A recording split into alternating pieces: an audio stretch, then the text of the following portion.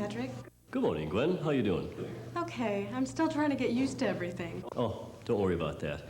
You're coming along much faster than I did. It's only been, what, 2 months since the promotion? And already you've handled every major challenge a front office manager can face. Not every challenge. I haven't fired anyone yet. Yet? I think I know who you're referring to. Look, before you do anything, come talk to me. I will. You know, Bernard's a nice guy. But the situation is starting to bother me. And the thought of terminating him bothers me too. I know. Firing someone is about the toughest task a manager has to perform. That's what I'm afraid of.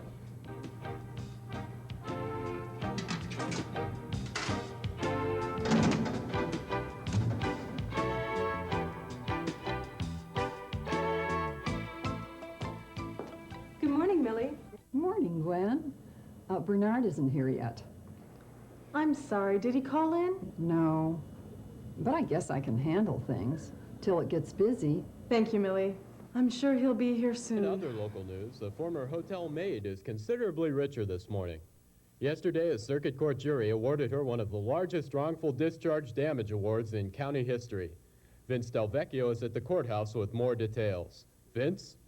Chuck, sources say this case may have a far-reaching impact on wrongful discharge cases, both local and national. Late yesterday, Victoria's plaintiff, Ivy Calloway, told me she felt vindicated. 9 years and they just showed me the door. One day I'm working and the next day they're treating me like I'm some kind of a criminal. Well, maybe they'll think twice before they treat someone else the way they treated me. Calloway's former employer will appeal the decision. Live at the courthouse for Action Morning News, this is Vince Delvecchio. Tardy. No call May 3rd. Warning. No call May 24th. Warning. Tardy. No call May 28th. 3-day unpaid suspension.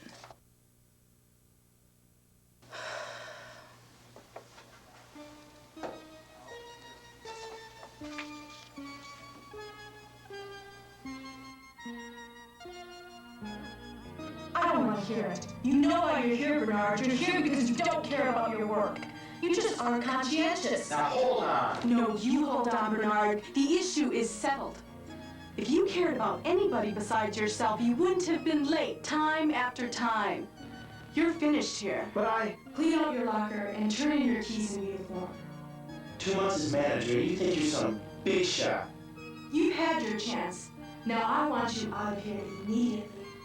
What about my check? You'll get it. Oh, no. You're the one who's gonna get it. You'll hear from my lawyer. I haven't fired anyone yet.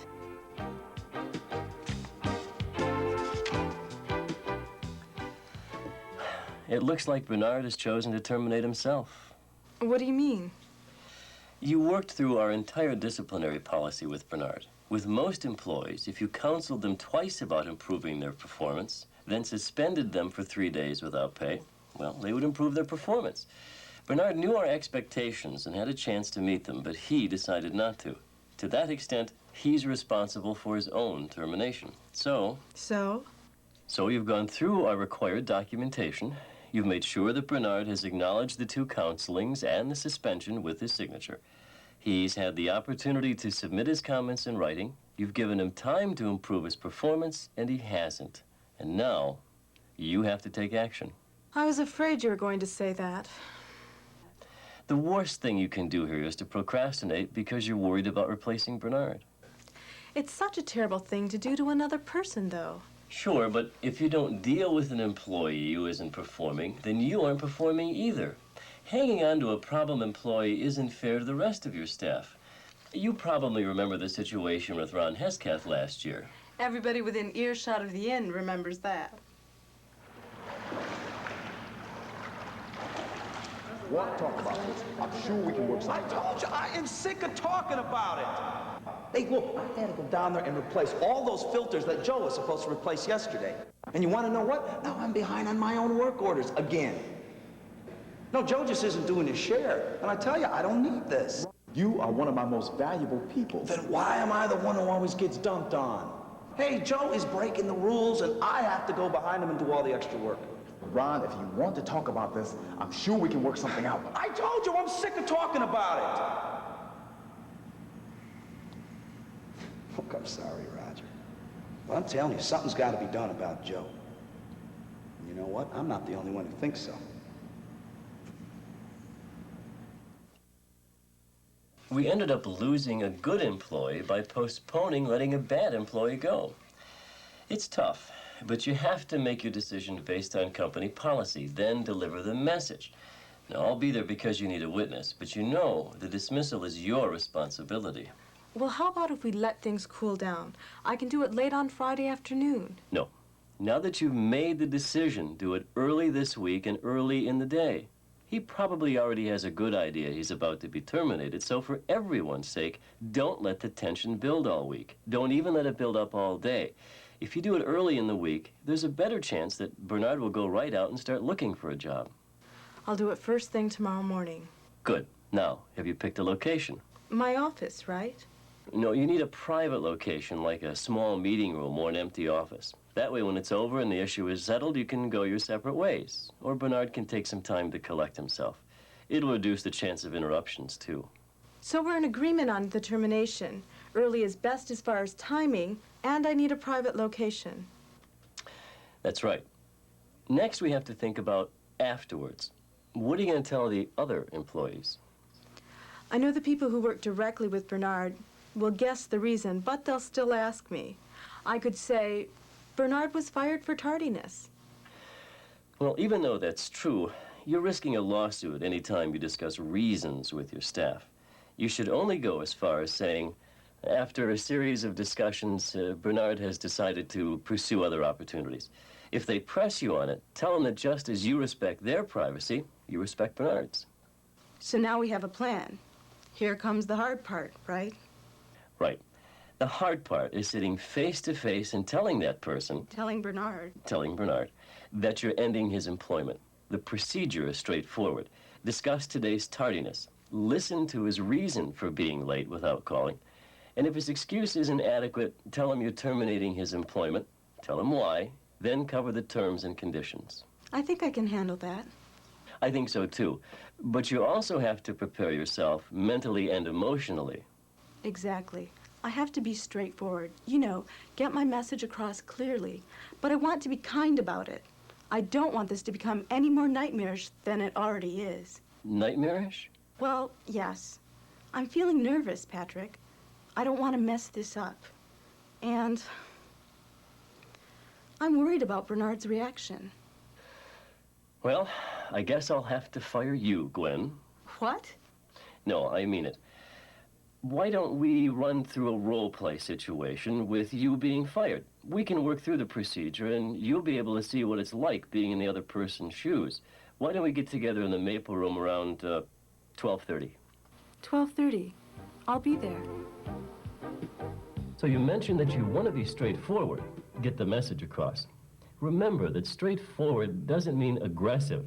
You want to keep your present and future relationship with Bernard peaceful. And free of lawsuits. Correct.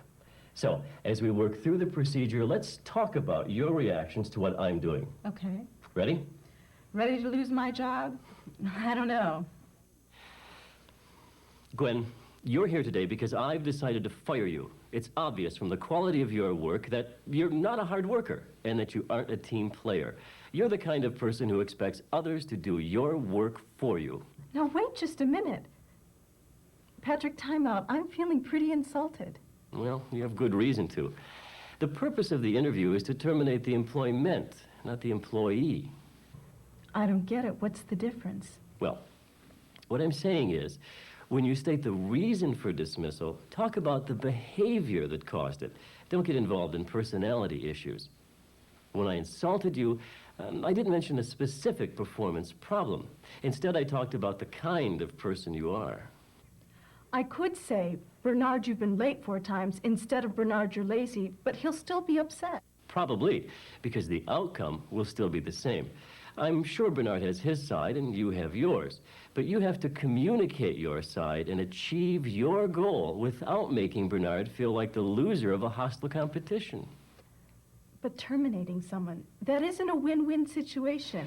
I mean, Bernard is going to lose his job. True, but your obligation is to make sure that's all he loses.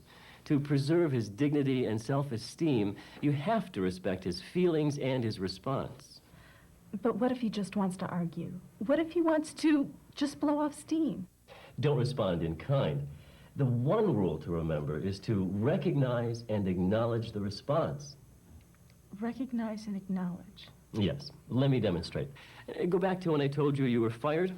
Suppose I had singled you out from a group of people who had been late and said, Gwen, you've been late 3 times and that's inexcusable. Give me an angry response. Okay.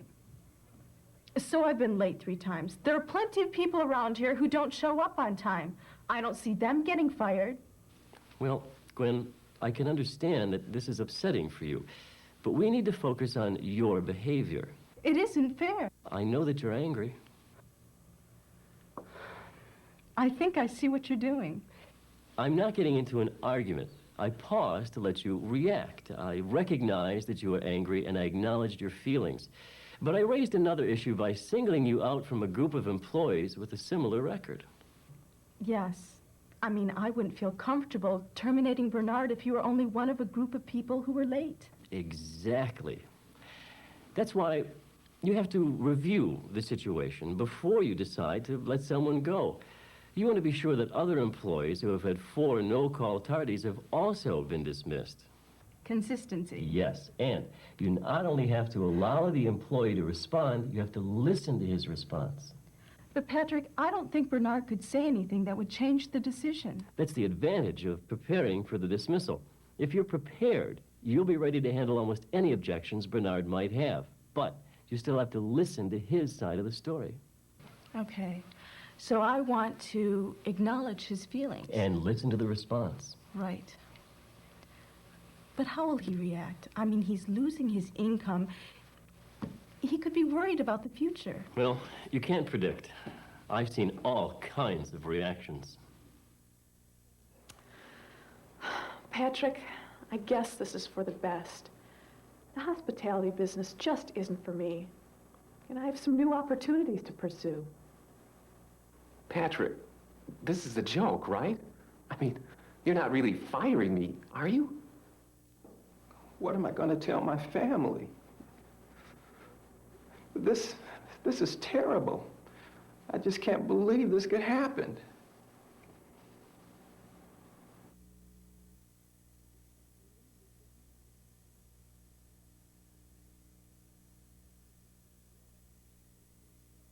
With someone who just withdraws and goes into a shell, you have to withdraw a reaction before you can recognize it.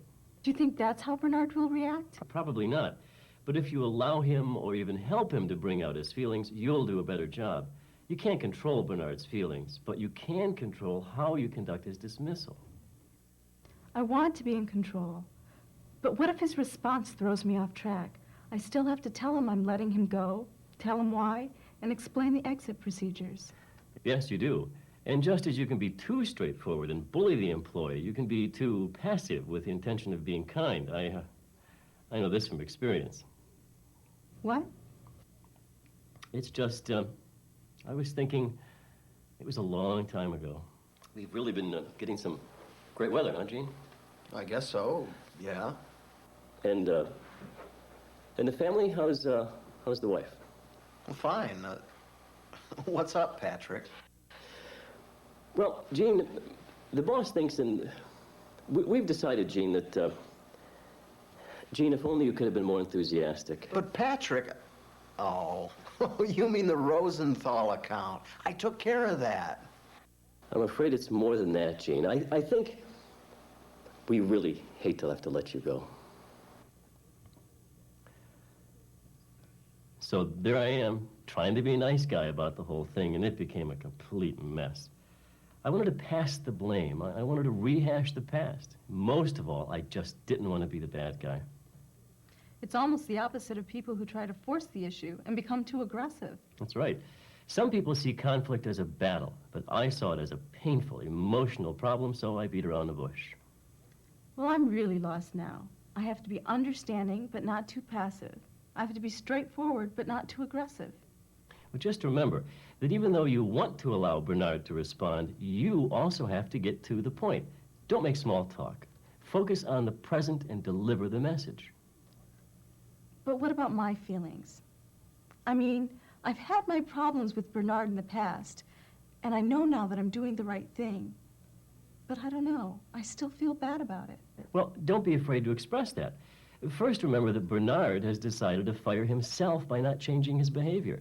Second, if you sincerely hope he succeeds in future endeavors, or if you just want to wish him good luck, say so. In fact, it will help if you can point out some hope for the future. So Bernard can get on with life instead of nursing a grudge. That's right. If you want to practice using me instead of Bernard, we can do that next, but let's go over your notes. Okay. I have to remember to terminate the employment, not the employee. I have to allow Bernard to respond and recognize and acknowledge his response. I have to be straightforward by communicating the message clearly. I have to express sincere feelings and direct his thinking to the future. And I have to let Bernard go tomorrow morning.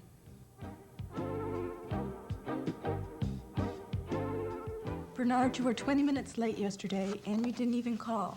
Sure, I know. Something came up. What came up? Well, my car, it was stalled. I see. I can understand having car trouble, Bernard, but you didn't call. And in light of your past tardiness, I don't think your excuse is adequate. Your behavior has taken us to the point we discussed 2 weeks ago. I've discussed this with Mr. Gower. He's here as a witness because of the seriousness of this matter. I've decided to terminate your employment. You've had 4 no-call tardies in the last 6 weeks. I know I was late yesterday, but I was on time all last week. I know, Bernard, but we've been over this 3 times now. This business depends on promptness, and you didn't even notify me when you were late. I gave you a final warning 2 weeks ago and a 3-day suspension. Now you've had a 4th no-call tardy, so I've reached my decision. But what am I supposed to do now? I need to work. I've worked hard. I realize how upsetting this is for you, Bernard. I've appreciated your efforts when you were here, and I hope things work out for you. You can't do this to me. I deserve another chance. I can do better. I just need a chance. I understand what you're saying, Bernard, but you've already had several chances. I know this is hard for you. I knew this was coming. It's just such a hassle. I'm sorry. Let's go over what happens now. All right, that covers Turney and Company property, your last check, the effect on your health plan, and our reference and rehire policy. Do you have any questions on the procedure? Do you have my check here? Yes. Mr. Gar will go with you and help you bring up the company property. Then you can come back here and get your check from me. Any other questions on the procedure? No. All right. Bernard, I hope you find another position. How do you feel about it, Gwen? It was still tough, but if I hadn't been prepared, it could have been a lot worse. I owe it all to you, Patrick. Oh, no, not really. You were prepared. I wish I had taken the time to consider the employee's feelings and go through the steps when I was in your shoes. You treated Bernard fairly, and now you'll have a more productive staff. And it's all because you did a good job. Well, thank you anyway, Patrick. You're welcome. Conducting a termination is one of the most difficult managerial tasks you have to perform. That's why the Educational Institute has included a viewer's guide to accompany this videotape. The guide contains a step-by-step plan for preparing and conducting a termination, a legal checklist to help support your decision, and a form for recording any termination procedures which are unique to your property. If the viewer's guide has been misplaced, a replacement copy may be obtained by contacting the Educational Institute at 1-800-752-4567.